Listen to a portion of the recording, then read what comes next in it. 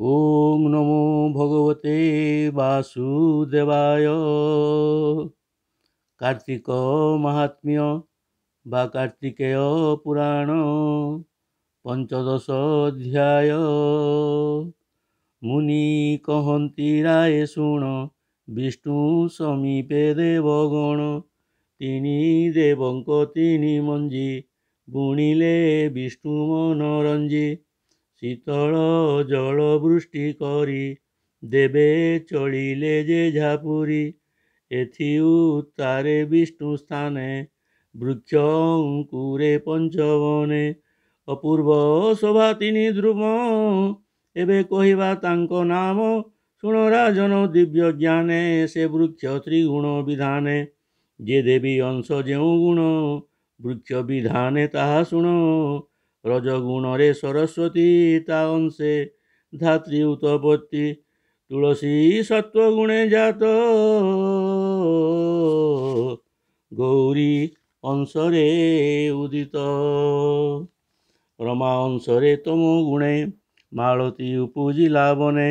एमंते तिनि वृक्ष शोभा, एकु अनेक मूर्ति प्रभा। विष्णु सन्निधे वनस्पति, अपूर्व शोभा से दिशन्ति। जे बण वृक्ष जेउ रूप, ताहा कहिबा शुणन रूप। धात्री जे अंश सरस्वती, शुक्ल वर्ण तार ज्योति। वर्तुल फल क्षुद्र पत्र, जेह्ने वरुण दंती छत्र। तेमंत दिशे तरु शोभा, देखि गोविंद मन लोभा। गौरी अंशे वृंदावती, तुलसी वृक्ष उत्पत्ति। सात्विक गुणे करी ध्यान, रूप होइला कृष्ण वर्ण। तादल दुर्लभ मंजरी, सुबासे विष्णु मनोहरी। ता देखी लक्ष्मी तम अंशे, मालती फूल रूपे वासे। उभाए रही न पारिला, अन्य स्थान रे आउजिला। एमंते जोग माया बळे, त्रिविध रूप मोहि तळे। विष समीपे वृक्ष तिनि, जे जाहा गुणमान घेनी। एकुआर एक शोभा द्रुम, नव पल्लवे मनोरम। सुगंध सुशीतल चये, उल्लास कले विष्णु काये। विष्णु जे स्तंभीभूत होई, वृंदा रूपकु थिले ध्याई। अपूर्व वनस्पति देखी, हरि मनरे हेले सुखी। तक्षणे दिव्य रूप धरी, रहिबा ठारु अवतरी। धात्री तुलसी वृक्ष बेनी, ताहांकु संगतरे घेनी। वैकुंठे विजे लक्ष्मीपति, अरण्ये रहिले मालती। विष्णु आगम अनुसरी, मालती बने वास करी। एबे हो शुण नरपति, धात्री तुलसी वनस्पति। सेवेनी वृक्षंक महिमा, कहिबा शुण पुण्यतमा। विष्णु जे संगे घेनी गले, वैकुंठ भुवन मिलिले। ता देखी ब्रह्मा आदि देवे, शिव सहिते मिली सर्वे। लक्ष्मी जे सिंधु देशे थिले, तांको छामुरे सर्वे गले। सकल देव स्त्री मिली, लक्ष्मी की कले निउ छाड़ी। जोग माया को स्तुति करी, वृंदा को आनिले उद्धारी। कमल ध्वज रथ नेई, लक्ष्मी को से जाने बसाई। सकल देवंकड़ तुले, सकल देवगण तुले। वैकुंठ भुवन को गले, विष्णु को कले दर्शन। संतोष देखी प्रभु मन, आनंद सबुरींक चित्त न मिले। प्रभु पादगत, लक्ष्मी की विष्णु कले देई। दर्शने कृत्य कृत्य होई, संतोष होई नारायण बोलंती। शुण देवगण, आम्भे जे तुम्भ उपकारे रहिलु जलंधरपुरे। से दुष्ट नाश जीव जेणे, आम्भे प्रवेश हेलु तेणे। तार घरणी वृंदावती, सर्वलक्षण साध्वी सती। तार स्वधर्म फल घेनी, दैत्य जिणिला पुर तिनि। आम्भे ता जानी कलु दोष, आम्भे ता जानी हेलु तोष। ता सती व्रत कलु नाश, मायारे दुख देलु जेते। से धर्म नहे कदाचिते, तेणु आम्भर मन मोह। पर्वत प्राय हेला देह, आपे आपणा कर्म मानि रही जे थिलु देह घेनी। तुम्बे सकल सुर लोक, मो दुख देखी गुरु शोक।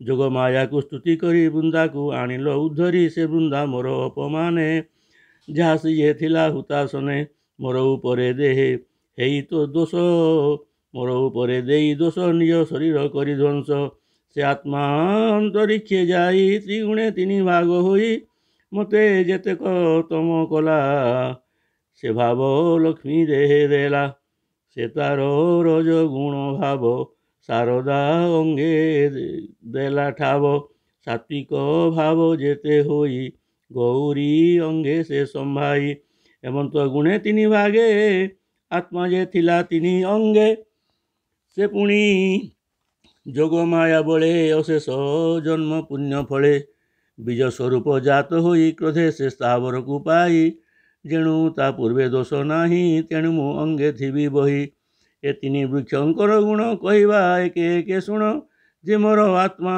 ସମଦ୍ୱିଜା ପାଇବ ସର୍ବଲୋକ ପୂଜା ସେ ବଣ ଲୋମ ତାଙ୍କୁ ଜାଣି ମୋ ପୂଜା ବିଧି ଯୋଗେ ଆଣି କରିବ ମୋତେ ସମର୍ପଣ ସେ ଧର୍ମ ଏବେ କେ ଶୁଣ ଯେ ବୃନ୍ଦାବତୀ ତିନି ମୂର୍ତ୍ତି ମୋ ଅର୍ଥେ ହେଲା ବନସ୍ପତି ମୁଁ ତାଙ୍କୁ ରଖିଲି ଯେମନ୍ତ ସେ କଥା ଶୁଣ ଦୈବତ ମାଳତୀ ଦେହେ ତମ ଦେଖି ବନେ ଓଇଲି ତାକୁ ରଖି ସେ ଯେ ବନସ୍ତେ ଥିଲେ ରହି ମୁଁ ଯେବେ ନର ଦେହ ବହି ଜାତ ହୋଇବି ଯଦୁ କୂଳେ ବନେ ବରଜ ସୁତ ମେଳେ ବିହାର କରିବି ବିପିନେ ମାଳତୀ ଲୋଭିବି ସେ ଦିନେ ଶିର ହୃଦରେ ମାଳ କରି ମାଳତୀ ପୁଷ୍ପ ଥିବୁ ଧରି ଯେ ମୋତେ ଦେବ ସେ କୁସୁମ ମାଳା ଗୋଟିଏ ଯଜ୍ଞ କର୍ମ ଅବଶ୍ୟ ଲୋଭିବ ସେ ଜନ ବିଶେଷ ଏକାଦଶୀ ଦିନ ଏବେ ତୁଳସୀ ଧର୍ମ ଶୁଣ ସେ ବୃକ୍ଷ ସାତ୍ବିକ ଲକ୍ଷଣ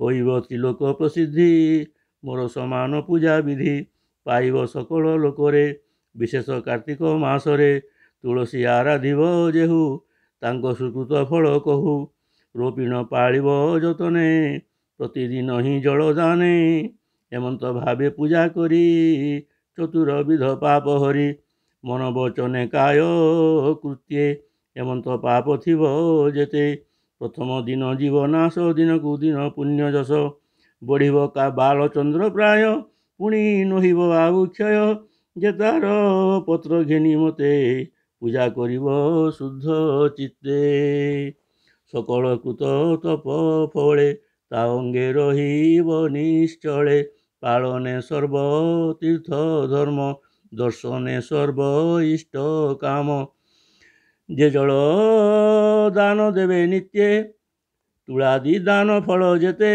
ତାଙ୍କୁ ପ୍ରାପତ ଦିନେ ଦିନେ ଭ୍ରମ ନହିବ ଭାବ ମନେ ତୁଳସୀ ପ୍ରଦକ୍ଷିଣ କଲେ କି ପୁଣ୍ୟ ଅନ୍ୟ ତୀର୍ଥ ଗଲେ ଅଶେଷ କ୍ଷେତ୍ର ତୀର୍ଥ ଫଳ କ୍ଷଣକେ ପାଇବ ସକଳ ବ୍ରହ୍ମ ଇତ୍ୟାଦି ଯେତେ ଦୋଷ ପଦ ପଦକେ ଜୀବନାଶ ପୂଜନେ ସର୍ବଯଜ୍ଞ ବିଧି ପ୍ରାପତ ହେବ ଫଳ ସିଦ୍ଧି ପ୍ରମାଣେ ଯେ କରିବ ଆଗେ ତା ସର୍ବ ପାପ ଭୂମି ଭାଗେ ତକ୍ଷଣେ ପାପ ହେବ ନାଶ ତା ଅଙ୍ଗେ ପୁଣ୍ୟ ପରବେଶ ଶୁଣ ସକଳ ସୁର ଲୋକେ ଯେ ଜନ ତୁଳସୀ ପାଳକେ ଚଉରା ସଞ୍ଚି ବିଧି ମତେ ଚଉରା ସିଞ୍ଚି ବିଧି ମତେ ଲେପନ କରୁଥିବ ନିତ୍ୟେ ଚଉରା ହେବ ଯେତେ ପିଢ଼ ଜାଣିବେ ତେତେ ରତ୍ନ କୁଢ଼ ସେତେ ଭୁବନେ ଊର୍ଦ୍ଧ୍ୱେ ଆସି ମୋର ସମୀପେ ଥିବ ବସି ମୁରୁଜ ହେବ ଯେତେ ରେଣୁ ତେତେ ସଂଖ୍ୟାରେ ଯୁଗ ଗଣୁ ମୋର ମନ୍ଦିରେ ଥିବ ସୁଖେ ତଦନ୍ତେ ନ ପଡ଼ିବ ଦୁଃଖେ ସନ୍ଧ୍ୟା ସମୟ ଯେଉଁ ଜନ ତୁଳସୀ ମୂଳେ ଦୀପଦାନ ଶ୍ରଦ୍ଧାରେ ବସାଇବ ନୀତି ଅଗ୍ନି ସମୟେ ତାର ଜ୍ୟୋତି ସୁନ୍ଦର ହେବ ସବୁ ଗୁଣେ କମଳା ନ ଛାଡ଼ିବେ କ୍ଷଣେ ତାର କନ୍ଧରେ ନିତ୍ୟ ଥିବ ସମ୍ପୂର୍ଣ୍ଣେ ଧନ ଜନ ହେବ ତୁଳସୀ ଆରାଧନେ ବାଡ଼ ଯେ ଯେତେ କରିବ ଉହାଡ଼ ଯେ ବାଡ଼ ଯେତେ ଦିନ ଥାଏ ବପୁରେ କେତେ ଦିନ ଯାଏ କୈବଲ୍ୟ ଭୁଞ୍ଜୁ ଥାଏ ବସି କହନ୍ତି ପ୍ରଭୁ ବ୍ରହ୍ମରାଶି ତୁଳସୀ ମୂଳୁ ଅନ୍ୟ ଦଳ ବାଛି ଯେ କରିବ ନିର୍ମୂଳ ତାର ଦୁରିତ ସର୍ବଧ୍ୱଂସେ କଳଙ୍କ ନ ଲାଗଇ ବଂଶେ ତୁଳସୀ ମୂଳରୁ ମୃତ୍ତିକା ଯେ ଘେନେ ଊର୍ଦ୍ଧ୍ୱେ ପୁଣ୍ଡରିକା ତାର କଳୁଷ ହେବ କ୍ଷୟେ ରବି ପ୍ରକାଶେ ରାତ୍ର ପ୍ରାୟ ତୁଳସୀ ଦଳ ଯତ୍ନ କରି କିଏ ବା କୋମଳ ମଞ୍ଜରୀ ଅଥବା ଶୁଷ୍କ କାଠ ମାଳେ ମୋତେ ସମର୍ପି ଏକାବେଳେ କର୍ଣ୍ଣକଣ୍ଠରେ ଥିବ ଧରି ସେ ଜନ ମୋର ସଙ୍ଗେ ସରି ତା ଅଙ୍ଗେ ନ ରହିବ ପାପ ଗରୁଡ଼ ଆସେ ଯେନେ ସର୍ପ ଜାଗୃହେ ତୁଳସୀ କାନନ ଥିବ ମନ୍ଦିର ସନ୍ନିଧାନ ତେଣେ ନ ଯିବ ଯମଦୂତ ତୁମକୁ କହୁଅଛି ସତ୍ୟ ତୁଳସୀ କାଷ୍ଠ ଶିରେ ଘୋରି ପୂଜାରେ ମୋତେ ଲାଗି କରି କପାଳେ ଘେନିବ ତିଳକ ପ୍ରତ୍ୟକ୍ଷ ଦେବତା ସେ ଲୋକ ଯେ ଜନ ଯିବ ଯେଉଁ ମାର୍ଗେ ବିପତ୍ତି ନଥିବ ସେ ଦିଗେ ସେ ଜନ ଯିବ ଯେଉଁ ମାର୍ଗେ ବିପତ୍ତି ନଥିବ ସେ ଦିଗେ ତୁଳସୀ ବୃକ୍ଷ ଯେଉଁ ଦ୍ୱାରେ ମୋତେ ଦେଖିବ ତାର ଘରେ ଯାର ଭୁବନେ ବିଷ୍ଣୁ କ୍ଷେତ୍ର ତା ଅଙ୍ଗ ସର୍ବଦା ପବିତ୍ର ତୁଳସୀ ଛାୟାରେ ଶସ୍ତ୍ରଧେ ଯେ ଦେବ ପିଣ୍ଡ ପିତୃ ଶ୍ରାଦ୍ଧେ ତାର ସଗୋତ୍ର ଜାତ କୂଳେ ବସିବେ ଆସି ବିଷ୍ଣୁ ଘରେ ଯାବତ ଥିବ ବସୁମତୀ ତାବତ ନ ପଡ଼େ ଦୁର୍ଗତି ମୃତ୍ୟୁ କାଳରେ ଯେଉଁ ଜନ ତୁଳସୀ ନିକଟେ ଶୟନ ତୁଳସୀ ଦଳ ଥିବ ମୁଣ୍ଡେ ଉଦକ ଦେଉଥିବ ତୁଣ୍ଡେ ପିଣ୍ଡରୁ ପ୍ରାଣ ଛାଡ଼ିଯିବ ସେ ଆସି ମୋ ଅଙ୍ଗେ ମିଶିବ କହନ୍ତି ପ୍ରଭୁ ନାରାୟଣ ଏଣୁ ଆଶ୍ଚର୍ଯ୍ୟ କଥା ଶୁଣ ଅତ୍ୟନ୍ତ ପାପୀ ହୋଇଥିବ ଅକାଳେ ଅଜ୍ଞାନେ ମରିବ ତା ମୃତ ପିଣ୍ଡ ଦଗ୍ଧ କାଳେ ତୁଳସୀ କାଷ୍ଠ ଯେବେ ମିଳେ ଦହନେ ପକାଇଲେ ନେଇ ତା ଆତ୍ମା ଜୀବ ମୋକ୍ଷ ହୋଇ ଏମନ୍ତ ତୁଳସୀ ଚରିତ ଯେତେ କହିଲୁ ତୋତେ ସତ୍ୟ ଏକ କଥା ଏ ପାଳିଥିବ ଯେବଣ ଦିନେ ନ ତୋଳିବ ସେ କଥା ଶୁଣ ସର୍ବଦେବେ ଗ୍ରହଣ ରବିଚନ୍ଦ୍ର ଯେବେ ଦ୍ୱାଦଶୀ ସଂକ୍ରାନ୍ତି ଦିନେ ଅଥବା ଚତୁର୍ଥୀ ସମ୍ପୂର୍ଣ୍ଣେ ପ୍ରତ୍ୟହ ସନ୍ଧ୍ୟା ବେଳେ ନିଶି ଔଷଚେ ନ ତୋଳି ତୁଳସୀ ଯେ ଅବା ଅଜ୍ଞାନେ ତୋଳିବ ମୋତେ ଦଣ୍ଡ ବା ଦୋଷ ହେବ ପୁଣି କହନ୍ତି ବନମାଳୀ ତୁଳସୀ ମମ ଅର୍ଥେ ତୋଳି ଏଥୁ ଯେ ଅନ୍ୟ କାର୍ଯ୍ୟ ଖଣ୍ଡେ ତା ନଖ ଘାତ ମୋର ପିଣ୍ଡେ ବାଜିବା ପ୍ରାୟ ହେବ ପ୍ରାସ ଶୁଣ ହେ ସକଳ ତ୍ରିଦଶ ତୁଳସୀ ଦଳ ମୋ ନିମନ୍ତେ ଯେ ଜନ ତୋଳେ ଅବିରତେ କର ପଲ୍ଲବ ତାର ଧନ୍ୟ କିସ କହିବା ତାର ପୁଣ୍ୟ ବିଶେଷ କାର୍ତ୍ତିକ ମାସରେ ତୁଳସୀ ସେବା କରି ନରେ ଲଭିବେ କୈବଲ୍ୟ ମୁକତି ଖଣ୍ଡିବେ ଅଶେଷ ବିପତ୍ତି ତୁଳସୀ ମୂଳେ ଉଦ୍ଯାପନ ଯେ କରେ କାର୍ତ୍ତିକ ବିଧାନ ସେ ଜନ ବୈକୁଣ୍ଠପୁରେ ଆସି ମିଳିବ ଦେହାନ୍ତରେ ଲୀନ ହୋଇବ ମୋର ଅଙ୍ଗେ ନୋହିଲେ ଥିବ ମୋର ସଙ୍ଗେ କେବେ ହେ ନୋହିବ ଅନ୍ତର ଏ ବାକ୍ୟ ସତ୍ୟ ଅଟେ ମୋର ଏବେ ହୋ ଶୁଣ ସୁରଗଣେ ଧାତ୍ରୀ ଯେ ଏହି ପରମାଣେ ସେ ତୋର ହୋଇବ ଯେ ଦାସୀ ତାର ସକଳ ପାପ ନାଶୀ ଯଶ ଲୋଭଇ ରବି ତଳେ ମୋତେ ପାଇବ ଅନ୍ତକାଳେ ସେ ଧାତ୍ରୀ ଫଳପତ୍ର ଯୋଗେ ତୁଳସୀ ଜଳ ତହିଁ ସଙ୍ଗେ ସଂଖ୍ୟାନ କରି ଦେବ ମୋତେ ତେବେ ସନ୍ତୋଷ ମୋର ଚିତ୍ତେ ପତ୍ର ଗୋଟିକେ ରତ୍ନମଣି ଫୁଲ କାଞ୍ଚନ ପରିମାଣୀ ଏମନ୍ତେ ହୋଇବି ସନ୍ତୋଷ ହସି କହନ୍ତି ହୃଷିକେଶ ଶୁଣି ସନ୍ତୋଷ ଦେବ ଲୋକେ ଧାତ୍ରୀ ଏ ବିଶେଷ କାର୍ତ୍ତିକେ ସକଳ ସୁର ମୁନି ସଙ୍ଗେ ମୁଁ ଥିବି ଧାତ୍ରୀ ବୃକ୍ଷ ଅଙ୍ଗେ ତେଣୁ ସେ ବୃକ୍ଷ ପତ୍ର ଫଳ ଅକାମେ ସୁକାମେ ନ ତୋଳ ଆଶ୍ୱିନ ମାସୁ ତୋଳି ଆଣି କାର୍ତ୍ତିକ ଆଗମନ ଜାଣି ଯତ୍ନ ସାଇତି ରଖିଥିବ କାର୍ତ୍ତିକେ ଆହାର କରିବ ସ୍ନାହାନେ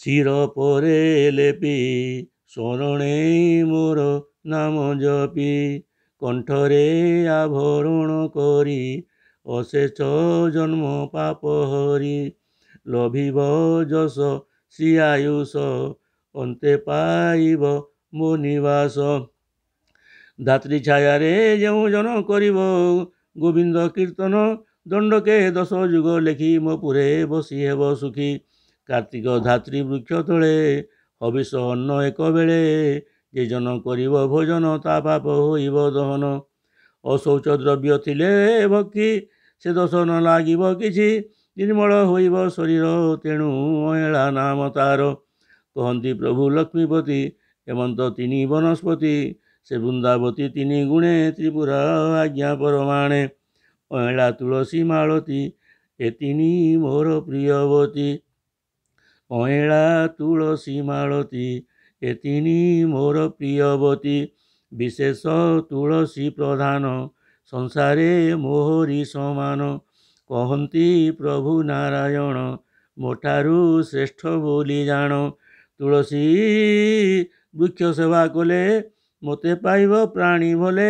ତୁଳସୀ ବିନା ଯେତେ ଭୋଗ ମୋତେ ନୁହଇ ଉପଯୋଗ। ତୁଳସୀ ଦଳେ ମୋତେ ପୂଜି ତୁଳସୀ ଘେନି ମୋତେ ଭଜି। ତୁଳସୀ ଦେବ ମୋର ଶିରେ ପ୍ରାଣୀ ବସିବେ ମୋର ପୁରେ। ଏକଥା ତୁମେ ଭଲେ ଜାଣ ବ୍ରହ୍ମାଦି ମୁନି ସୁରଗଣ। ଯକ୍ଷ ରାକ୍ଷସେ ନର ବାଗେ ସେ ଜ୍ଞାନ ନେତା ଦଶ ଦିଗେ। ଶିବ ସହିତେ ସିଦ୍ଧ ଜ୍ୟୋତି ଲକ୍ଷ୍ମୀ ମୋହର ପ୍ରିୟବତୀ। ପାର୍ବତୀ ଆଦି ସ୍ତ୍ରୀ ଗଣେ ସର୍ବେ ମୋ ଆଜ୍ଞା ପରମାଣେ। ଯେ ତାରେ ହେବ ଅପରାଧୀ ତାର ନ ହେବ କର୍ମ ସିଦ୍ଧି। କହିବା ଶୁଣ ସର୍ବଦେବେ ମୁଁ ତାକୁ ମାୟା କଲି ଯେବେ। ସେ ଦୋଷ ବିଚାର ମନରେ ସେ ଦୋଷ ବିଚାରି ମନରେ ରହିଲା ପର୍ବତ ଆକାରେ। ଏ ଦେହ ଅଛି ସେହି ରୂପ ସତୀ ବିଘାତେ ହେବ ପାପ। ଏ ଦେହ ଅଛି ସେହି ରୂପ ସତୀ ବିଘାତେ ହେବ ପାପ। ସେ ପାପ ବଜ୍ର କୀଟ ରୂପେ ମୋ ଦେହ କାଟୁଥିବ କୋପେ। ସହସ୍ର ସମ୍ବତ୍ସରେ ଶିଳା ଗଣ୍ଡୁକି ଜଳେ ଦେବ ମେଳା। ସେ ବିଷ୍ଣୁ ଶିଳା ମୋର ମୂର୍ତ୍ତି ପୂଜା କରିବେ ବିପ୍ର ଜ୍ୟୋତି। ତୁଳସୀ ଦଳେ ପୂଜା କରି ଭବସାଗରୁ ହେଲେ ପାରି। ଏ ମୋର କଲା କର୍ମ ପୁଣ କହନ୍ତି ପ୍ରଭୁ ନାରାୟଣ। ଏବେ ସକଳ ଦେବ ଚଳି ଆମ୍ଭ ବଚନ ପ୍ରତିପାଳି। ତୁଳସୀ ମହିମା ଜଗତେ ବିସ୍ତାର କର ଯେଝା ମତେ। ଏମନ୍ତ ବିଷ୍ଣୁ ଆଜ୍ଞା ଘେନି ଅତି ଆନନ୍ଦେ ସୁରମୁନି। ବିଷ୍ଣୁ ଚରଣେ ପୂଜା କଲେ ଯା ଭୁବନକୁ ଗଲେ। ପୃଥୁଙ୍କୁ କହନ୍ତି ନାରଦ ଯେ ବିଷ୍ଣୁ ଲୋକରେ ସମ୍ବାଦ। ଏଣୁ ଏ ତୁଳସୀ ମହିମା ବଚନେ କି ଦେବା ଉପମା। ବିଷ୍ଣୁଙ୍କ ଏଡ଼େ ପ୍ରିୟ ଫୁଲ ସଂସାରେ ନାହିଁ ତାକୁ ତୁଲ। କେବଳ ସ୍ନାନ କରି ତୋଳି ତେଣେ ସନ୍ତୋଷ ବନମାଳି। ଅଶୁଚି ବେଳେ ଯେବେ ଛୁଇଁ ଦିନକେ ଧର୍ମକ୍ଷୟ ଯାଇ। ସ୍ନାନ ନ କରି ଆନ ପୁଷ୍ପ ତୋଳିଲେ ସର୍ବଦେବେ ତୋଷ। ସ୍ନାନ ନ କରି ତୋଳ ଯେବେ ପୂଜାର ଫଳ ନାହିଁ ତେବେ। ଦିନକ ଧର୍ମ ହୁଏ କ୍ଷୟ ଭସ୍ମ କୁଢ଼ରେ ଘୃତ ପ୍ରାୟ। ଏମନ୍ତ ପୁଷ୍କକ ଚୟନ ଧାତ୍ରୀ ତୁଳସୀ ବିଦ୍ୟମାନ। ଯେ ତାହା ବିଷ୍ଣୁ ପ୍ରୀତି କରି ଶିର ହୃଦରେ ନେଇ ଧରି। ତାର ଦୁରିତ ନାଶ ହେଲେ ଅଳ୍ପ ଅଗ୍ନି ଯେନେ ଜଳେ। ଏକଥା ଅଟହି ପ୍ରମାଣ ହେ ରାଜା ସାବଧାନେ ଶୁଣ। ତୁଝେ ପୁଛିଲୁ ଶୁଦ୍ଧମତି ତୁଳସୀ କାହୁଁ ଉତପତ୍ତି। ସେ କଥା କହିଲି ସଂକ୍ଷେପୀ ସେ ଧର୍ମ ସର୍ବଲୋକେ ବ୍ୟାପୀ। ଯେ ଏହା ଶୁଣନ୍ତି ଶ୍ରବଣେ ପ୍ରସ୍ତାବ ବାକ୍ୟ ମୁଖେ ଭଣେ। ସେହି ଲଭଇ ମୋକ୍ଷ ଗତି କାର୍ତ୍ତିକ ବ୍ରତ ଫଳ ଶ୍ରୁତି। କେବଳ କରିବି ସଂଶୟ ନିନ୍ଦିଲେ ମହାପାପ ହୁଏ। ଏକଥା ସର୍ବ ଶାସ୍ତ୍ର ମତ ଅମ୍ବୁଜ ପୁରାଣେ ଉକତ। ଉତ୍ତର ଖଣ୍ଡେ ବିଷ୍ଣୁ ଲୀଳା ସଂସାର ସାଗରକୁ ଭେଳା। କହଇ ମହାଦେବ ଦାସ ଭୂପ୍ରଭୁ କମଳା ବିଳାସ। ତାଙ୍କ ଚରଣ ପରସାଦେ ପଦ ପ୍ରସାରେ ମୋର ହୃଦେ। କହଇ ସାଧୁ ଜନ ଆଗେ ସୁଜନେ ଶୁଣ ଅନୁରାଗେ। ଇତି ଶ୍ରୀ ପଦ୍ମ ପୁରାଣେ ଉତ୍ତରଖଣ୍ଡେ କାର୍ତ୍ତିକ ମାହାତ୍ମ୍ये ତୁଳସୀ ମହିମା କଥନ ନାମ ପଞ୍ଚଦଶୋଧ୍ୟାୟ। ହରି ବୋଲ।